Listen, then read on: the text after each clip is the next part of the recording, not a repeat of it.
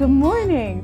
It's really nice to see you, and I appreciate you being on the Be Love podcast. I see you as a human bringing lots of love on the planet, and I also got to interview your beloved husband a few weeks ago. I got to know him a little better in that conversation, and we talked a bit about your marriage and how love moves in that. So anyway, I'm excited to talk to you, the other side of that coin. And you have a ministry and a calling in your own right, and you're obviously we're coupled, we have relationships, but we're all on our own path. So I wonder where you might like to begin in this conversation around how love moves in the world, or how you've been called by love. And we can start as early as you like, or we could get right into kind of where you're at right now in life. Yeah. What comes up when I ask that question? So many things. Something I was thinking about was the way that so much of how love moves is more visible in hindsight, right? And of course, we all experience that. And Swedenborg talks about that providence is visible in the past. Yes. For me, I was reflecting on the ways in which things that were absolutely upsetting or hurtful in my history have built me into a person that can have a kind of compassion now that would be fundamentally different had I not gone through what I've gone through. So you see the footprints of love actually through wounding or suffering. And to be able to, over time, have that experience of that suffering be transformed by seeing what it brings now. Yeah. Growing up as a preacher's kid, not to spill all the beans, but you also interviewed my dad. I did. Yes, He's I did. also been a guest on this podcast. Yeah, we got the whole family. Collecting the whole set. So, I grew up as a preacher's kid. Yeah. That's and I say it so often it starts to be like, is this how it went? But it is that I don't remember the first time I thought that would be a fun job to be a minister. You don't remember the first time, but I don't remember the first time, but it was always a thing that was like, that would be fun. But paired with that was the response of, you're a girl and girls can't be ministers, right? And so this is one of the examples of a very early wound that without malicious intent, right? There's the church I grew up in did not ordain women, and that was simply the information I was given. And the internalization of that, the idea of but that's really what I want to do. So what does that mean? What am I supposed to do if not that? There's the elements of, you get to be a performer, you get to tell people important things, you get to do these things that were all appealing to me, but it has a soul to it that is different than being an entertainer or a stand-up comic or any of the things that, I suppose, paralleling preaching to stand-up comedy is, for some people that might be offensive. For me, I'm like, a really good sermon is going to hopefully get you laughing as well as, having all the feels. And a really good stand-up comic is going to touch on those really important issues that we need to really think about. I see the parallels for sure. So, so there were a lot of things like, well, being an entertainer of some sort, I can sing. So being a singer, all these things that I was like, well, that would be really cool. But then even as an adult, looking at pursuing that a little bit and finding the, what comes along with it is having to be this self-promoter, and you got to do whatever you can do until you're important enough to be able to choose ethically what you want to do.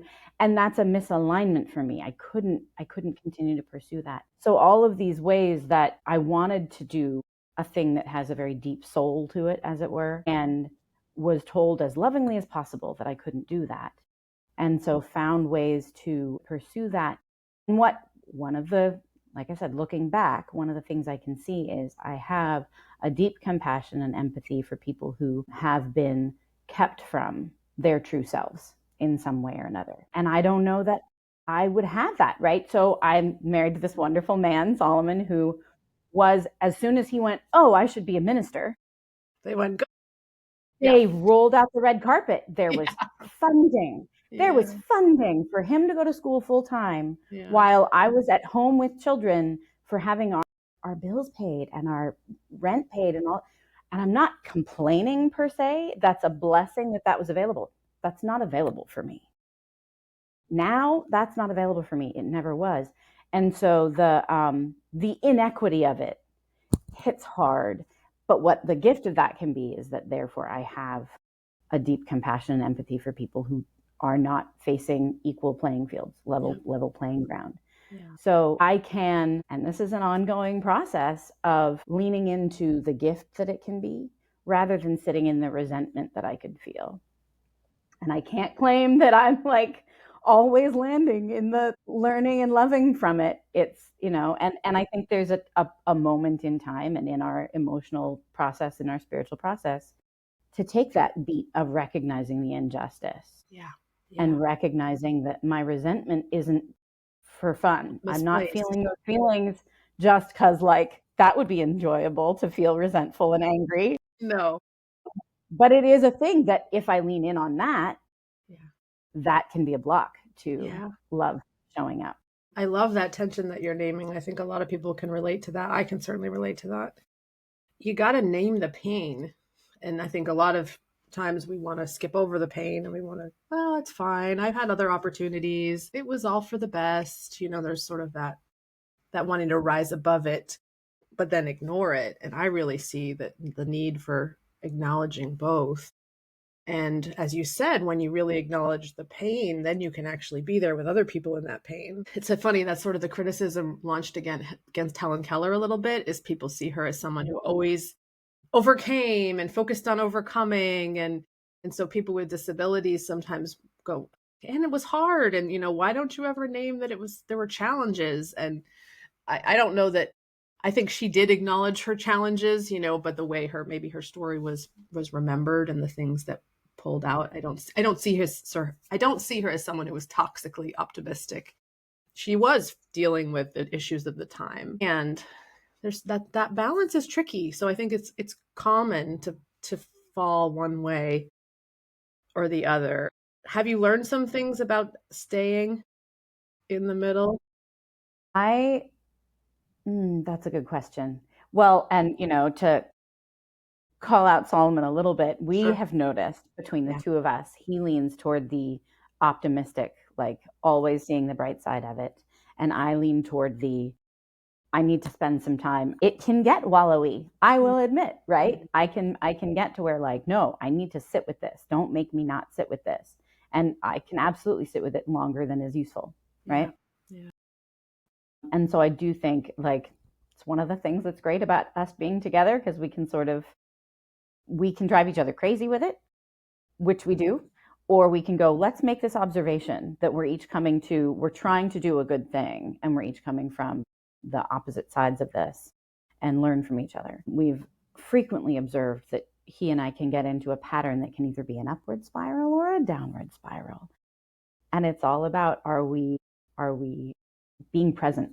Are we being present with the reality of the situation, with the truth of our relationship, with the reality of the circumstances under observation? So yeah, there is absolutely such a thing as, I'd sort of compare it to like victim mentality, the perpetual victim. Yeah.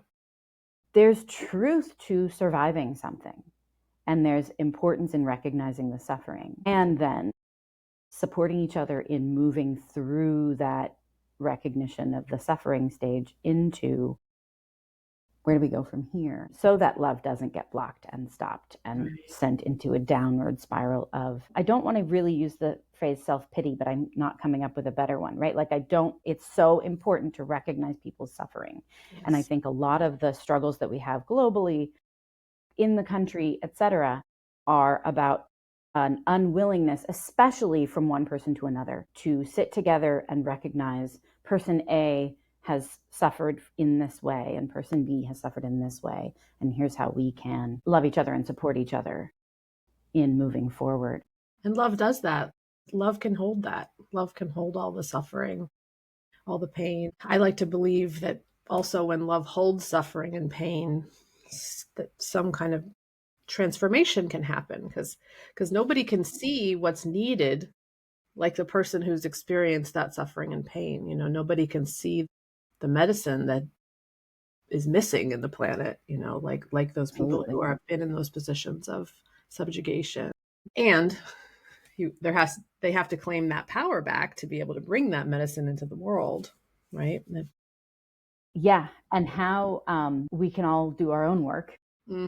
and support each other, hopefully, in each of us doing our own work. Yeah.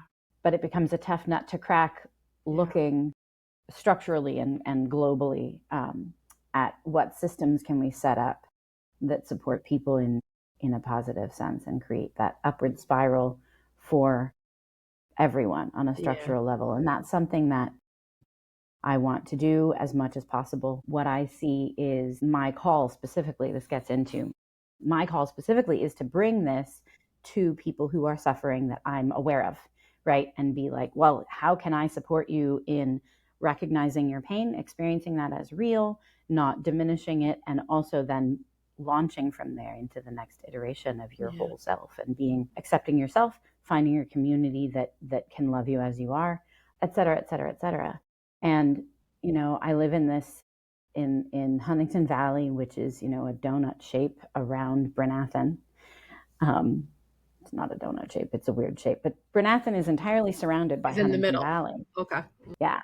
Bryn Athyn borders on Huntingdon Valley, period. It's in the middle of it. And the need I see is for LGBTQ welcoming, blatantly saying, you are welcome here, you are wanted here, and in a spiritual and religious context.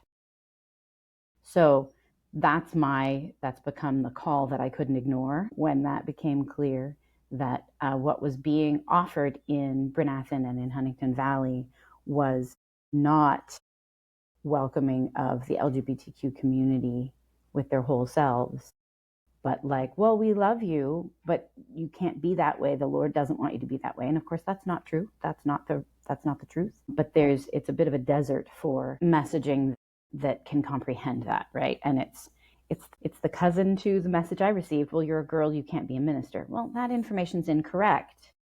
But the people that were saying it genuinely believed that they were saying a loving thing, right? You've mentioned that a couple times, that the harm that you experienced wasn't intentional. It was just people not knowing any better. And I appreciate your acknowledging that. I think it's sometimes we get so hurt, it's hard to, we feel like it was intentional, or we feel like I think there's a lot of ignorance on this planet where people are really kind of trying to do their best, but don't have good information, and it can be really dehumanizing.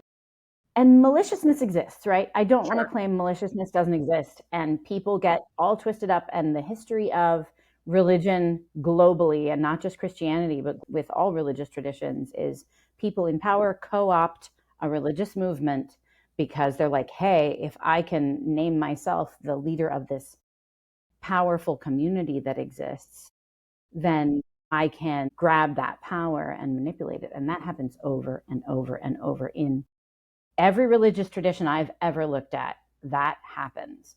And so I don't want to claim there isn't malicious intent somewhere up the line, but you can also start from a very positive place of, well, we need to protect people and make sure they're cared for. And so that sometimes means limiting what people do for very good reason. But then it gets misaligned and then misappropriated by somebody back there has a need to control, right? To be like, well, women can't do blah, right? That's a need to control. And that's something that comes in from hell. That is never a message from God. But it can be manipulated by hell through hearts of well-intentioned people and turned into something really, really harmful. And so that showed up for me in limiting my access to answering my call. And that shows up for people in the queer community all over the world and in my neighborhood recently. And recently is inaccurate, but it's visible now in a way that it hasn't been historically. Yeah. Where people have grown up with a message of a male, female, dyad, monogamous relationship is the only one that is a reflection of heaven and a reflection of God's design. And therefore, to support anyone in something outside of that would be supporting evil. I get how you get there, but it's not true. It's not true. Yes, and it's so dehumanizing, and I can hear the parallels between your experience and the LGBTQ experience of like being alienated from your being. And I do the more I wade into trying to create new ideas of what church can be, the more I realize it's a big deal to be a church. It's a big deal to have doctrine, and the way people have chosen to establish what that means in ways that actively harm people. I'm just like, what? Like what is it that caused you to think you could do that and not feel the ramifications? It's very interesting. That'd be a whole other I way to know, right? devote your time, kind of studying the history of all of this. I often think There's of so those like much. first 12 men, starting a denomination in England in 1780. Like, the chutzpah of a bunch of people saying, we're going to start the new church, it's going to overtake the world, but we know how to design this thing, it's just like the hubris is very big, and we're doing our best, and we still want to be the church. How do you hold all of those tensions as you think about establishing this new? Oh my goodness. Not to overwhelm you. I know you're just getting. No, it's such a journey, right? Trying to build community where everyone is truly welcome and actually living up to that. Yeah. I feel like this is the work of being a human, let alone a minister, right? It's like the balance of interconnected relationships rather than, or interdependent rather than codependent, and the splitting of hairs that is. So part of me is like, oh, no, and I put pressure on myself, and then I go, this is not my work, this is God's work, and I will mess up. That's not a question. It's a guarantee. And to try and do my best to notice when I mess up so that I can do repair. There's a reason there's a lot about forgiveness in the Bible. It's so important. It's so vital. And probably the ways that church have, my suspicion is places where church has been really healing and hopeful has been places where that's been practiced and lived. And obviously we see lots of stories or signs of that not being. How is that going when I know you haven't formed this new organization yet, and I imagine you're practicing all the time living into community. What are you learning as you commit to that practice? What are you learning that helping, or what's getting in the way? Good question. Let me think about that. Group dynamics is a really fascinating thing to me.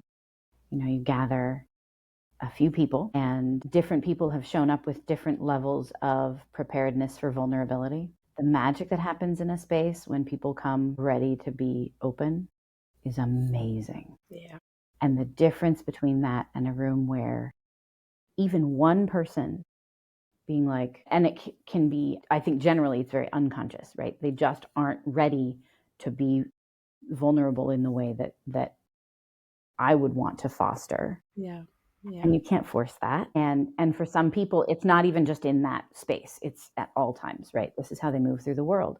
And that's a reflection of their state, their current, the phase in their life, the wounds that they carry, their history in these sorts of spaces, how trusting they can feel, along with their image of themselves as being get people that wear an armor of humor, and for them, they are showing up vulnerably, and they're cracking jokes, and they're, repeating their favorite one-liners and these sorts of things. And I want them welcome. And yet their presence can signal to others that the space is not going deep. Yeah. Yeah. So that's a thing that I'm reflecting a lot on, to try and create spaces of community, of sharing and vulnerability, and including people who that may be their level that they're always at. Mm-hmm. Mm-hmm. That may be where they stay. And yeah. And let it be okay. That's one of the things. I love that. I appreciate you naming that, because I definitely hold that. I'm really seeking to create these really vulnerable places. And you're right, just a couple people who aren't willing to go there, it does sort of, it affects the dynamic. And that's one of the things about church, right, is everybody's welcome. So it's not like we want to start now having these like vulnerability purity tests, like you can only come into the circle if you can be really present, because vulnerability requires a lot, and you never know what spaces will then help people to start to open up or start to soften. Have you watched that occur or seen like what maybe helps people to? Someone setting the example of going vulnerable and going deep as early in a gathering as possible really helps. Yeah. And it can sort of mitigate. Somebody who's not prepared to go deep can stay not deep, but it can sort of soften their urge to like pull everybody shallow. Yeah. Yeah. Sort of setting the To be like, tone. I am scared in this deep end of the pool. I'm going to the shallow end, and I'm going to like be like, hey, everybody, come over here, right? So if somebody can dive in deep early on and set the tone for, we're going in deep, but you can dog paddle at the top of the pool. That's fine.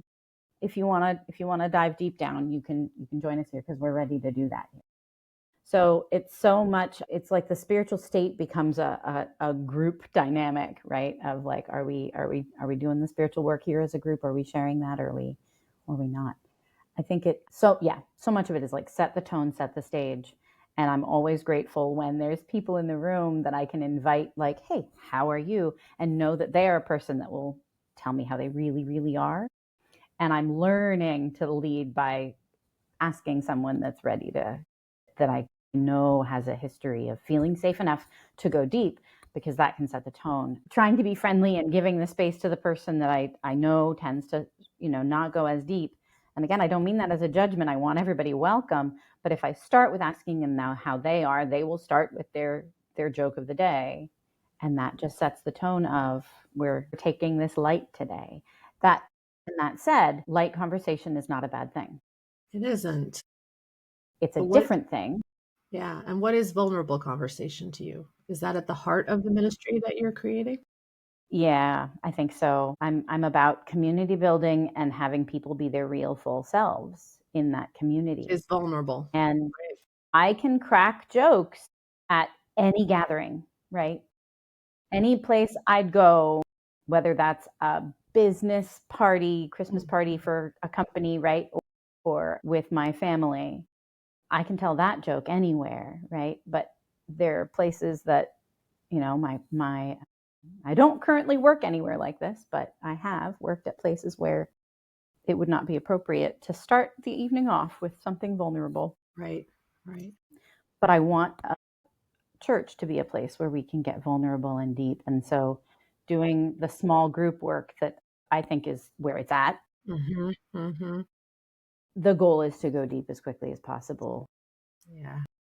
not traumatizing anybody or scaring No. anybody, No. but leading with people who can model vulnerability, the healthy vulnerability of, let me tell you the real story of how I am this week. Yeah. I'm totally with you. I really believe that's, from my perspective, and I may be a little more radical than you. I think that's the church. When I we're agree. really together, it's where two or three are gathered, and it's not in Jesus's name. Like we have to have a poster with his name on it, or it's being totally ourselves, and Jesus is there too. And there's this that's where that's how we can be the divine life that we've been created to be. And if we're kind of all smoke and mirrors and dashing away from who we really are, the world doesn't get that. The world doesn't get to experience that. And something about experiencing someone else's true self makes me more able to experience my own. So there's something happens in that sharing. Yeah. And it sort of gets all the way back to that, taking a moment to experience the pain, right? Because Yes. there are times that, again, it's not necessarily something you want to do to start wallowing in it or glorifying suffering. That's missing the point. But when people can come and share their pain points, I have a small group on Monday nights that's through an LGBTQ center right near me. And it's our open and affirming spiritual sharing group. And it feeds me so deeply. Sometimes it's in person and sometimes it's online. And last night was online, and it was me and one other person were the only people that showed up last night. And we just had a beautiful heart to heart, right? And we could talk about the stuff that was real. And when that person and I arrived on this call, we were both feeling pretty heavy, and it had just been kind of a heavy day. And as we talked, we got lighter. We felt lighter. That's When you can share the real experience of the heavy that you're feeling, it's, you're putting it down. Somehow, whether you're intending to or not, you're putting it down. and releasing it. And I've definitely had and continue to have topics or issues or pain points that I just have to keep putting them down. I keep having to show up and talk it out and put them down again and put them down again and put them down again. And each time it gets a little lighter and it gets a little easier. And I can forget, like, for my own journey of releasing this internalized message of girls can't be ministers, right? That's a big one. And I just keep having to put it down and put it down again and put it down again. And if I forget that I need to be actively naming that and releasing it, I can end up all tangled up inside and having meltdowns is too strong a word, but like getting emotionally dysregulated in ways that don't appear attached at all. And then realizing, oh, well, I'm all in my head about this. I need to voice it and say it. And it matters who you say it to, right? There are spaces where the empathy is flowing freely and anybody can kind of share just about anything and people can have empathy and see where the parallels lie, right? Mm-hmm. And there are other times that it's fascinating to go to a space where there are women who didn't experience the barrier to ministry that I did. They're ministers, but they were able to go right to it. I've had the experience of sharing about this and it doesn't compute. Sure. Because they didn't experience it. And so they care and they can express empathy, but somehow it falls a little flat. So I've had to learn, like, it doesn't have to be every time or all the time, but I need to regularly go to the other people that have experienced this particular wound and talk it out. And so that's been really useful to be like, and that's why we have affinity groups, for lack of a better word, right? It's why there's the AA for alcoholics. It's why there's Al-Anon for those in relationship with alcoholics, right? There are categories of experience that at times the free-flowing empathy across experiences can work really well, but I think everybody needs a space where my particular struggle can be heard by others who've experienced that same particular struggle. Yeah. We need that. Yeah. I appreciate you naming that. It's something I'm very aware of, and it's something I wrestle with a bit because at this point in my life, I don't really identify with any particular affinity groups. Like I've certainly had my share of challenges and there've been groups I've identified with at different times. So I totally hear you. And I think it's really true. And I'm so grateful that people are etching out spaces for certain affinity groups. And I'm sort of curious, and can we get to a place where we really can hear each other's suffering, even if it's different from our own? Can we come to a place where we can hear and honor it without having to understand it? You probably watch Alok. They are a transgender activist and they speak a lot online. And they were speaking the other day about compassion versus understanding. Like, why do we feel like we have to understand each other so much? You know, like, why does it feel like you need to understand my identity as a transgender person to have compassion for me? Like, can't you have compassion for me just as a human being on the planet? And I found that interesting because I do think I like understanding, and I think we like to be understood. And I think sometimes we idealize this understanding, like I need to know everything about what you felt before I can just hear you and love you and hold your pain. I'd like to go there. I want to go there more and more. And I know it's hard because it can be hard to even feel understood if we're not, or feel like someone is having compassion for us if they have some kind of fundamental misunderstanding of where do you think understanding and compassion play out? Yeah, you've got me really thinking here. I think there's something connected to our understanding and our intellect and our will, and the way that I can sit with someone who has lost their parent, and I've had that experience, and so I can make a connection and be like, oh yeah, yep, this totally sucks. There's a connection there that's very genuine, and I don't want to say effortless, but that, you know, I can relate. When you try to have someone showing up in compassion for a child that lost their parent, the pastor is trying to speak to them, and they can really, really fail and really screw it up.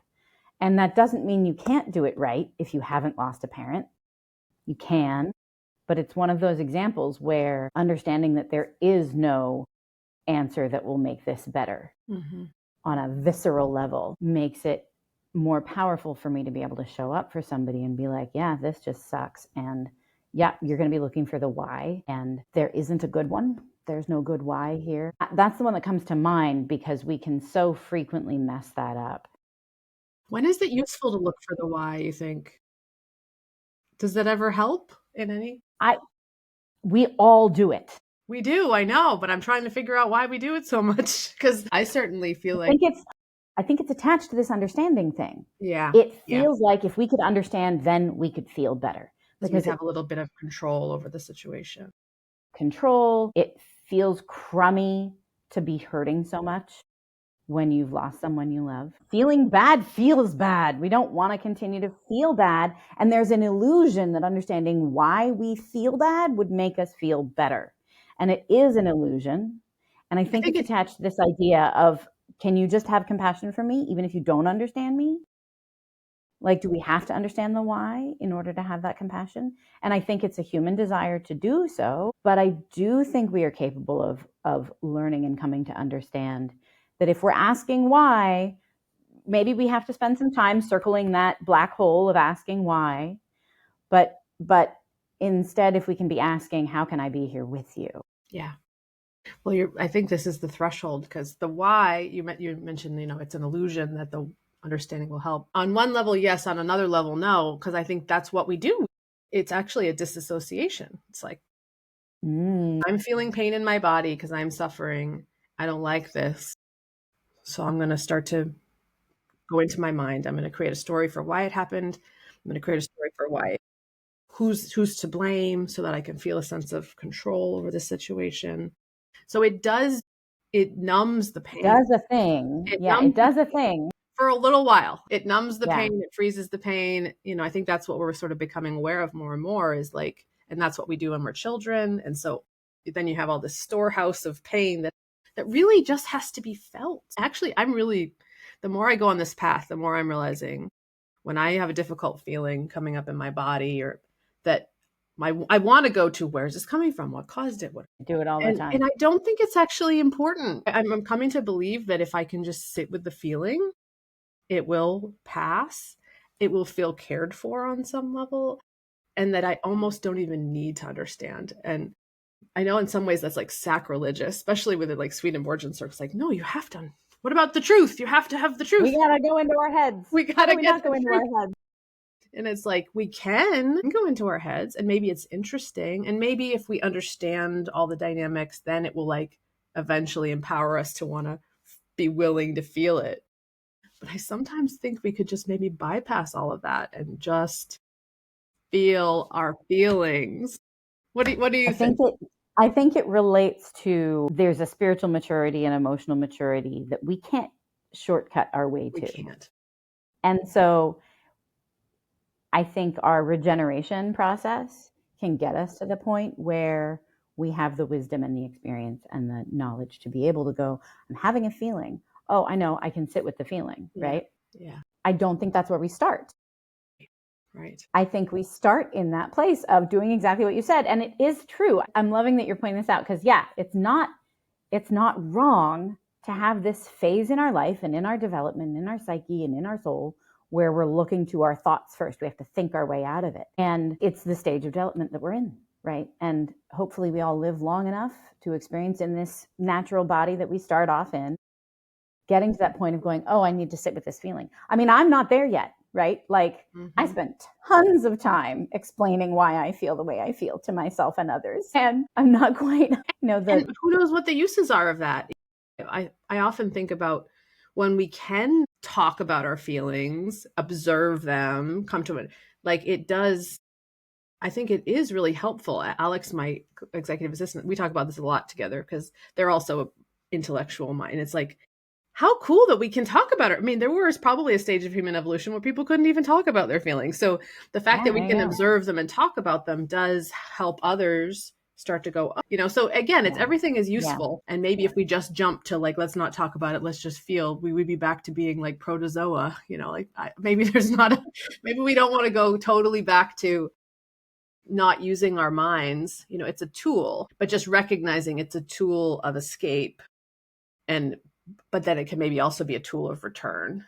And I can think it's a use it for both? step on the journey, right? Yeah. Like a stage in the process. Yeah. And I'm thinking about the way that the perfect world that doesn't exist, because Yeah. that's not the way the world works. It Yeah. can't be perfect. That we wouldn't learn. Would be one in which a child who is suffering will have the wisdom of an elder who is able to be like model the thing, right? Be present with the feelings, engage in the why, but not by giving answers, but by saying, you tell me what is the belief about the why that's coming up for you, and speak to that, right? Because that gives space for, from my example of a child losing a parent, for any fears of like, I did something and that means mom died. All of those hidden things that small children tell themselves about why terrible things happen to them, letting them come out and be spoken out loud so that they can be held and seen and loved and hopefully mitigated and healed at that age. Because if we can come, it feels like we have our childhood, we have hopefully some really lovely experiences, and we collect all these wounds that we don't even see, we don't even know they've happened. The bumps, the emotional bumps and bruises of our childhood.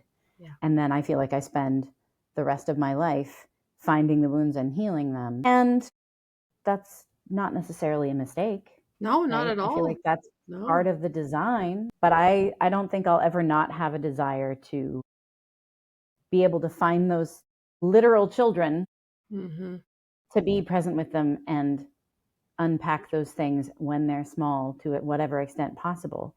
I do think there is such a thing as being able to have a healthier childhood where we're not, because there's the childhood wounds and then there's childhood wounds, right? There's injuries we collect of being abused by an adult, any number of, like, I keep thinking of these children that are surviving Gaza. There will be children who are adults in 40 years, middle-aged and adults, who survived this entire thing in Gaza and the wounds they're going to be carrying. What do we do for them? How does society help and support? And, the closer to home is the reality of sexual abuse of children. Yeah. And, there's lots of it. Yeah. I wish there wasn't, but there's lots of it. And it's not just Catholic priests, right? It happens everywhere, and all or most, as far as I can tell, of child sex abusers were abused themselves. And so breaking this cycle, we absolutely do need to create systems and structures that protect children. And if that's the only thing we're doing, it's not enough, because we also need to bring it out of the darkness. We need to create a path for redemption for people that have committed these horrible crimes, not just ostracize them and deny them resources or put them in prison for life. Like, those are solutions, but they're not really solutions. It's not restoration. Right? Yeah. It's not restoration. So it brings up where we started, the need to name the pain. And certainly childhood sexual abuse is one of those areas that many people would just like to bypass. And it's so uncomfortable to face for so many people. And yet, unless we can face it and hold it and acknowledge that it occurs and be with those who have experienced it on both sides of the equation, it'll just continue. Yeah. Do you see and that? I accept that this natural life is inherently imperfect. Yeah. And it's not that we're meant to suffer. It's that suffering happens, and it is meant for our growth. It is meant for our health. But I don't think I'll ever stop wrestling with my own frustration, sadness, anger, that there isn't an upper limit of suffering that the Lord will stop, that the divine will stop. It really is our choice. I mean, that's we have the choice. And I like the way you named it, that it's here, and can we grow from it, and can we do everything we can to help each other grow from it, and help each other potentially, heal. It was interesting. I led a retreat this weekend, and there was a 98-year-old woman, and she made a couple comments like, it's just always been hard and it always will be hard, and I'd love to hear your perspective on this, and maybe I'm a little bit of the Pollyanna-ish person. I'm definitely more of the hopeful one in my marriage. So maybe you can help bring me down to ground. But I do feel like this vision of a new church, this invitation that there's going to be a new church, and I would suggest that the way that vision is named, it's not an entity that's taken over by a power hungry authority figure trying to control everything. It is this new era of freedom and community and connection and authenticity and wholeness. And we do know how to talk about our feelings now, and maybe we didn't know how to do that 30 years ago. I don't know. I still like to believe that there is a spiral path of healing that could move us closer. Maybe not. It feels like, especially right now with the amount of people on this planet and the amount of technology available to us, that like we really have to evolve, like or we'll blow ourselves up. It feels like that call to evolution is more pressing than ever. And humans like you are creating loving, beautiful spaces for teenagers to heal. Do you think it will always be a mud fest, or is it possible that it can get a little bit better? I feel pretty split personality with this Yeah, question. that's honest. And I am very susceptible to despair. I go through cycles of despair. Unfortunately, they're usually pretty short. I'll have an afternoon of just being like, what's even the point? And then I can pull out of it and go, well, here's the point. People are still suffering, and I can't change the past, and I can't guarantee the future. But if I can be with people right here, right now, in the depths of their feelings and in the presence of vulnerable willingness to be open, that can make this moment right now a little better. And if we're all doing the little bit we can do, it inevitably makes the world a better, safer, happier place. I'm not the center of the universe, but I'm the center of my spiritual journey. And so, I'll be making mistakes and learning from them, and making more mistakes and learning from them. And if I can walk in community with others that are doing the same thing, I think that is inherently letting the love flow and being love. And we're not asked to be perfect. We're asked to be loving. Mm-hmm.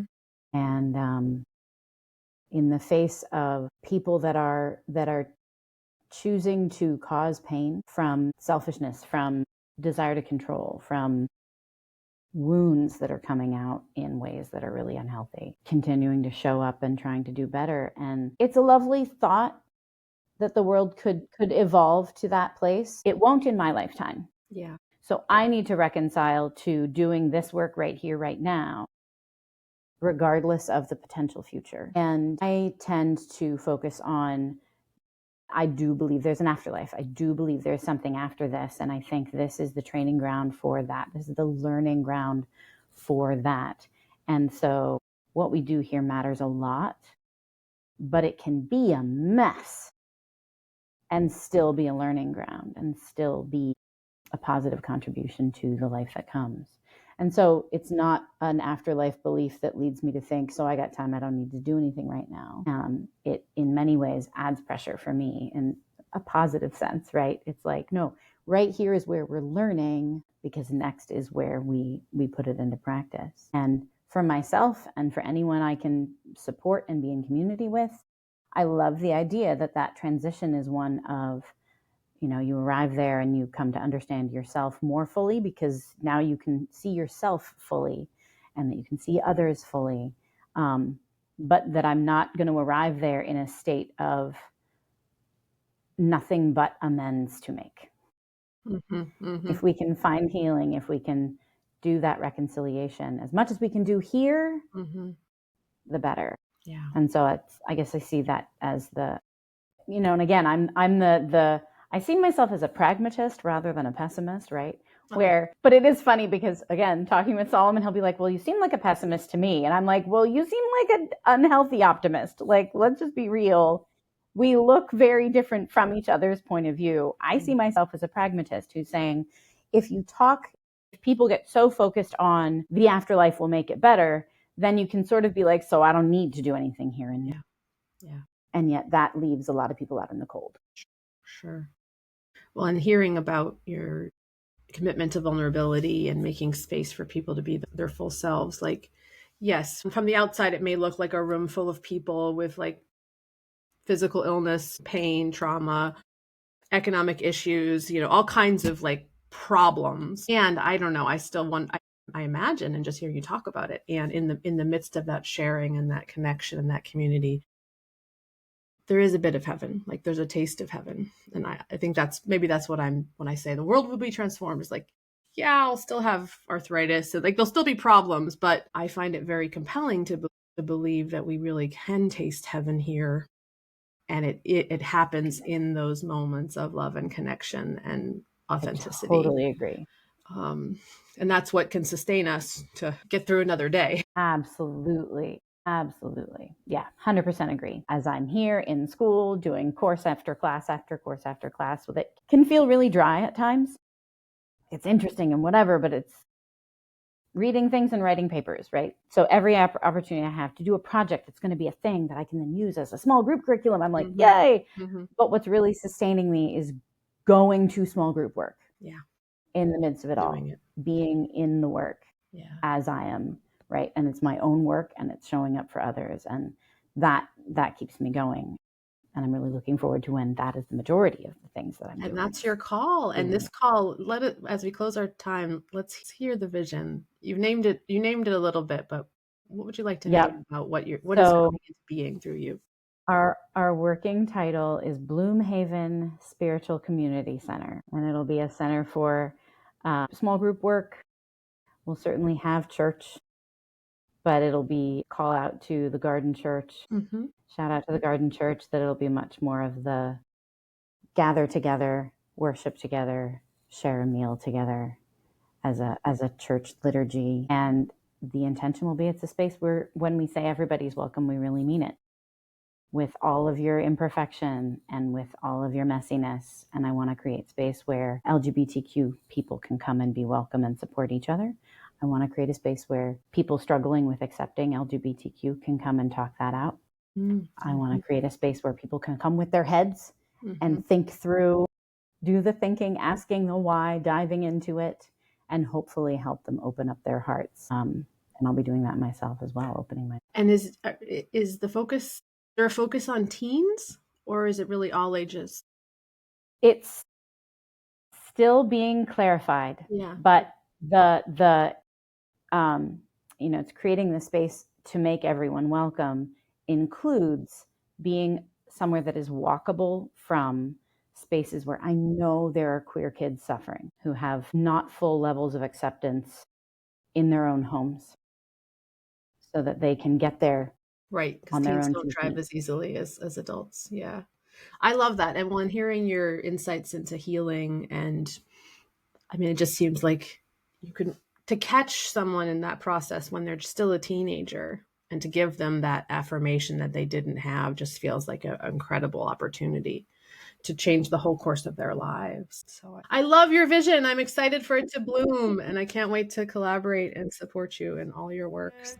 Thank you for this conversation. It's been lovely, Sage. Thank you so much.